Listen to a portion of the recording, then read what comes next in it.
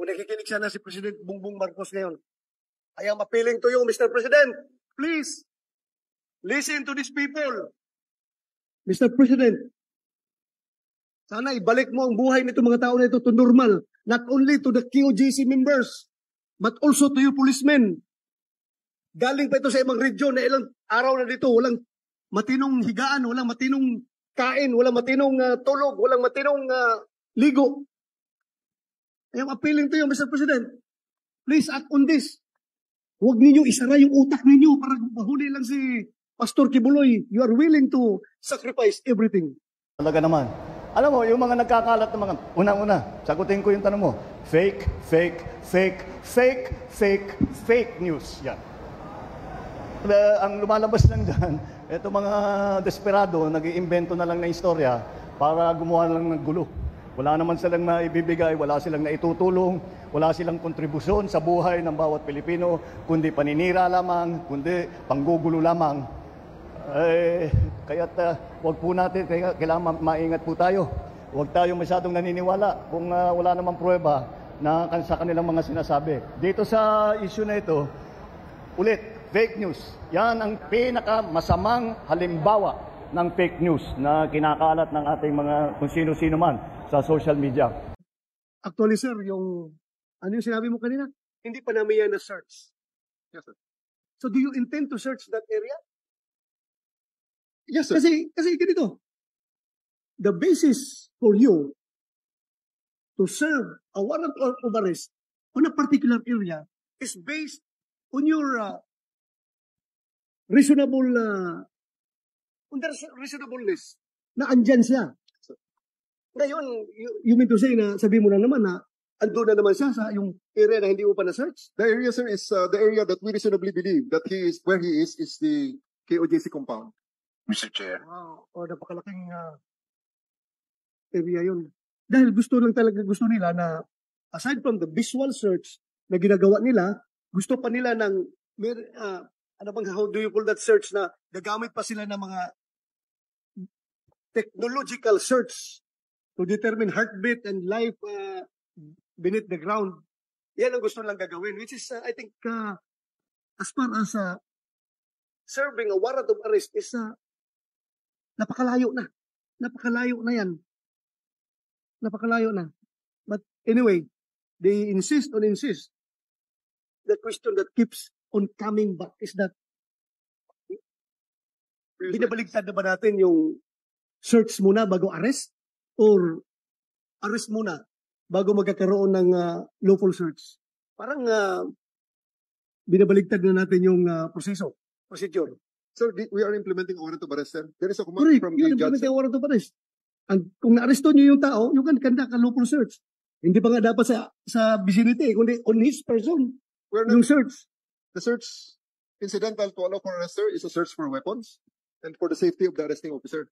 But right now, sir, we are not searching for any weapons. We are searching for the person to be arrested because we have reasonable ground to believe that he is in the KOJC compound. And what is that reasonable ground to believe?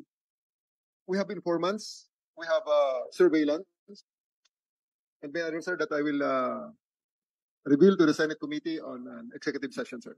Nang dumating na ang araw ng pagkahuli o pagsuko ni Kibuloy ay nagdala ng hindi magandang epekto ito sa panig ni Senador Bato dahil kaagad itong nakalatgad ang pangalan niya para sa isa sa mga umano'y dapat imbestigahan sa paniniwalang isa siya sa mga nagtangkang pigilan ng pagsilbi ng hustisya sa pag-aresto sa pastor. Yung kami ni Presidente, saka si Vice President, yung imbestigahan sa obstruction of justice.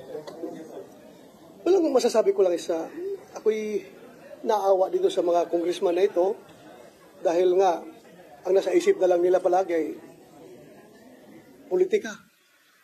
Nakalimutan na nila yung kanilang tungkulin sa kanyang kapwa-tao. Yung hindi na lang nila kinoconsider kung bakit tayo nag-imbestiga. Ang kinoconsider naman natin doon is para maibsan yung paghihirap ng mga tao doon, yung mga estudyante makapag-aral na, sana, kung pwede, at yung papapractice ng kanilang religion, ay dapat sana ay ma-restore. Yun naman ang ating habol doon. At saka normal yan, may namatay. may namatay during their operation. So magkakantak na ng investigation. Yun naman lang ating habol doon. Wala pong halong politika yun. Nagtataka ako bakit kami ni President Duterte, Vice President Sara Duterte at saka ako ay kailangan pang imbestigahan ng obstruction of justice. Naniniwala pa rin si Senador Bato de la Rosa na talagang may paglabag sa panig ng mga pulis sa kung paano nila ginawa ang kanilang mga trabaho sa loob ng KOJC. Pero yung sa pulis, yung kanilang extended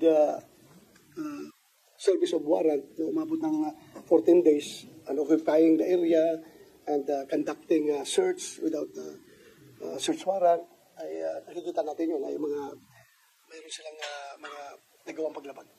Ang concern doon sa yung pag-execute ng warrant, yung search, yung pag-occupy sa area ay ang apektado doon sa no longer questions of procedure.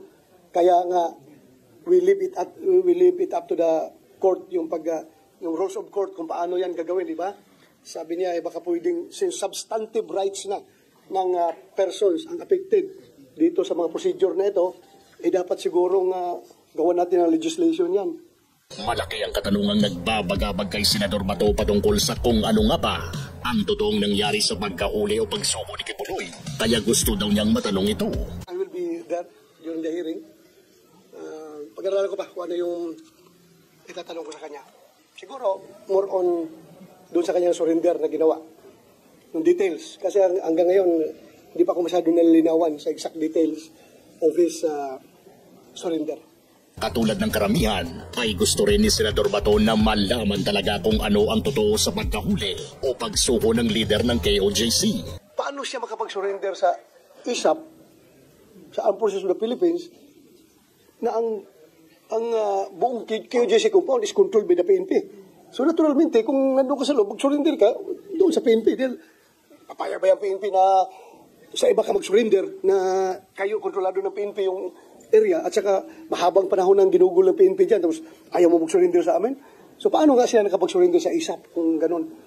May tinatago sila may mga tinatago niya. Alam ko may tinatago na portion of the investigation na pwedeng iprangka nila. Both the side sa side ng gobyerno at saka sa side ng QJC. Ano yan, nakatago dyan, sila lang nakakaalam. Dapat nalabas yan, yung katotohanan na yan. Ano ba talaga, kuya? Galing ba daw sa North Cotabato? Sinundo doon ng ISAP? Surrender doon sa ISAP? Tapos dinala para hindi mapahiya ang gobyerno? Idadalahin mo na, ipasok doon sa loob ng QJC para palabasin na doon ang gagaling. Paglabas, papuntang airport, sakay na sa 130. Those are all tourists. Maraming mga tourists na gumagawa, nag-speculate. So dapat the competent government agencies should sabihin nila ang totoo. Yes, tatanong ko talaga sa kanya, ano ba talaga ang nangyari? Paano ka kung nandun ka lang sa loob, nagtatago, gante, nasa loob ka lang. Kung mag-surrender ka, paano na-involve ang ISAP? Na wala mag-ISAP doon sa loob. Di ba? Alam ka naman, apasok pang ISAP doon sa compound ng QGC para mag-surrender ka. Papaya kayong pulis na kontrolado nila yung area, di ba? So kung sabihin mo naman na galing ka sa labas, galing ka sa bundok ng North Cotabato, sinundo ka doon ng mga ISAP para mag-surrender, tapos ipapasok ka doon sa QGC para palabasin na galing ka sa loob, tapos punta ka airport. Those are questions that must be answered properly. Dapat nga lang talagang malaman ng buong katotohanan kung paano nga ba napasa kamay ng gobyerno ang wanted na pastor. Siya ba ay napilitang lumabas sa kanyang lungga dahil sa siya ay nasukol na? O mali ba talaga ang intel na nakuha ng PNP na nasa loob ng KOJC compound si Pastor Kibuloy? Gaano katotoo na siya ay galing sa labas at pinasok lang sa loob para doon i-turn over ng AFP para sa tropa ni Torre? Kung totoong sa loob ng KOJC nagtago si Kibuloy ay tsak na maraming taga KOJC ang mananagot dahil mahirap paniwalaan na hindi nila pinagtakpan ito. Pero kung makumpirmang sa labas galing ang pastor, ay tsak na mananagot ang PNP sa palpak nilang operasyon. Lalo na sa kanilang pag-uukay sa wala man lang natagpo ang tunnel. Kung sinunod kaya ni General Torre ang suwisyon noon ni Bato na mag-pull out ang tropa sa KOJC, ay sa tingin mo ba'y nahuli si Kibuloy? Base sa mga pinagsasabi ni Senador Bato sa hearing ay nahihirapang maniwala ang karamihan na hindi siya pumapabor sa panig ng pastor. Ikaw? Sa mga karagdagan nating balita, naging maayos naman ang takbo ng pagharap sa korte nitong sina Pastor Apollo Quiboloy at kanyang mga co-accused maging ang pagsusumiti nila ng motion for reconsideration sa Pasig City Regional Trial Court Branch 159. Yan ay para sa pananatili sa kustodiya ng Philippine National Police, partikular na nina Jacqueline Roy, Vicente Canada, Ingrid Canada at Sylvia Simanes.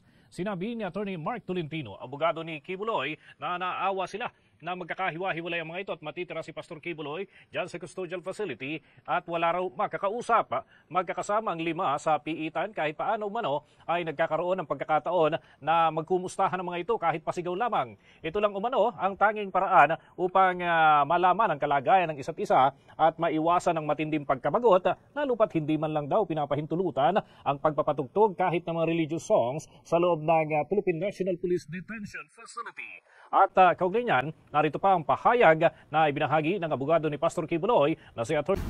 Sa lahat. Doon sa Quezon City Court. But online yung arraignment sa Quezon City, unlike sa Pasig na personal talaga silang pumunta sa Pasig. But sa Quezon City, online. Ang Quezon City na kaso, bailable naman yun. Nakapag-bail na so, paano sila pag-bail na may isang non-bailable? So, maybe we'll post bail but irrelevant yung bail kasi wala pang resolution.